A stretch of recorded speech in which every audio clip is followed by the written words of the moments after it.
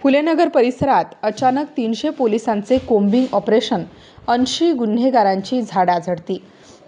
Panchavati police station हद्दीत फुलेनगर भागात अचानक 300 पोलीस अधिकारी व अंमलदार यांनी मिळून कोम्बिंग ऑपरेशन राबवले। या कारवाईमध्ये परिमंडळ 1 मधील सर्व पोलीस स्टेशन व गुन्हे शाखेचे अधिकारी व अंमलदार सहभागी झाले।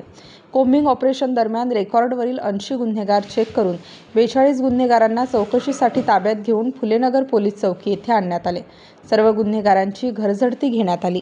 अचानकपणे केलेल्या या कारवाईमुळे फुलेनगर परिसरात सर्वत्र पोलीस दिसत होते। यामुळे गुन्हेगारांवर वचक निर्माण होऊन परिसरातील जनतेने समाधान व्यक्त केले।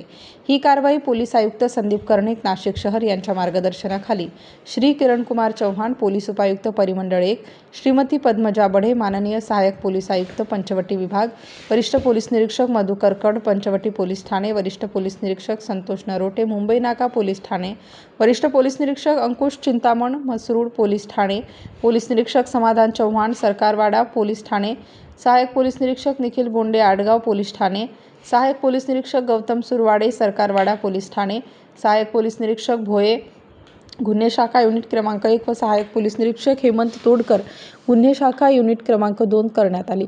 तसेच सदर कारवाईकरिता पंचवटी भद्रकाली सरकारवाडा उपनगर Indiranagar Mhasrul Mumbai Naka Satpur Gangapur Ambad Deolali camp Nashik road police station आणि गुन्हे शाखा युनिट क्रमांक 1 व 2 कडील असे एकूण 6 पोलीस निरीक्षक, 14 सहाय्यक पोलीस निरीक्षक, पोलीस उपनिरीक्षक व 300 अंमलदार यांनी पार पाडली। आज नाशिकच्या पंचवटी पोलीस हद्दीमधील फुलेनगर येथे अचानकपणे कोम्बिंग ऑपरेशन राबवण्यात आलं। या एरियामधील सर्व गुन्हेगारांना यावेळेस टार्गेट करण्यात आलं। या परिसरामधील राहणारे सुमारे 80 गुन्हेगारांच्या घरझडत्या घेण्यात आल्या। सर्व त्यांच्या घरी जाण्यात आलं आणि या ठिकाणी आढळून आलेले सापडलेले एकूण 42 गुन्हेगारांना या ठिकाणी ताब्यात घेण्यात आलं। सर्व ताब्यात घेण्यात आलेल्या 42 गुन्हेगारांना फुलेनगर पोलीस चौकी येथे आणण्यात आलं आणि त्यांची झाडाझडती घेण्यात आली। त्याचबरोबर त्यांचं सौंदर्शन देखील करण्यात आलं।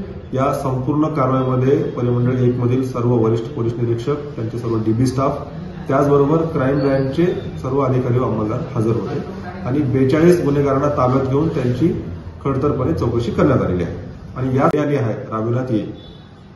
सर, यामध्ये काही तडीपार वगैरे अशा पद्धतीचे आढळून आलेले आहेत। शहरात वावर वाढल्याची मागे चर्चा होती। याच उद्देशानं आणि तडीपार जे गेलेले आहेत ते शहरामध्ये येऊ नयेत, त्यांच्या एरियामध्ये येऊ नये, त्यासाठी त्यांची अचानक झडती घेण्यात आली, त्यांची अचानक घरं तपासण्यात आले। यानुसार या एरियामधील 80 पेक्षा जास्त गुन्हेगारांची घरं तपासण्यात आली। यामध्ये बरेचशा देखील तडीपार गुन्हेगारांची घरं तपासण्यात आले, परंतु यामध्ये जे आज आढळून आलं त्यावर तडीपार कुणीही या ठिकाणी हजर नव्हतं। याच प्रकारे असंच अचानकपणे मोठ्या प्रमाणात इथून पुढे देखील कोम्बिंग ऑपरेशन राबवण्यात येईल। आजच्या स्टार न्यूज साठी मोहसिन पठाण, नाशिक।